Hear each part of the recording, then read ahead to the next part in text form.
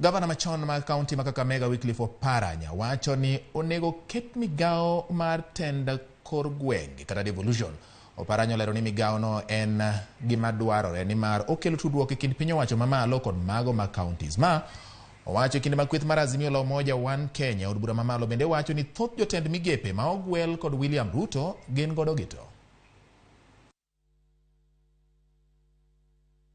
In an economy that is crying for revival, it is shocking that the old administration has packed the proposed cabinet with some men and women who should be in jail for engaging in economic crimes and sabotage of the country. Most of the nominees suffer acute financial and ethical deficit, which the appointing authority is aware of, but chose to ignore in nominating them, because it would appear in this administration, ethics and accountability won't matter. As lawmakers, we shall accord fair hearings to all of the nominees.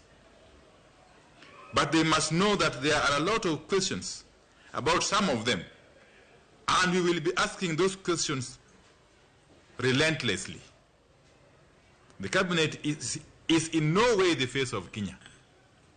It shows clearly that the Old administration still wants to continue splitting the country into its supporters and those who are not its supporters.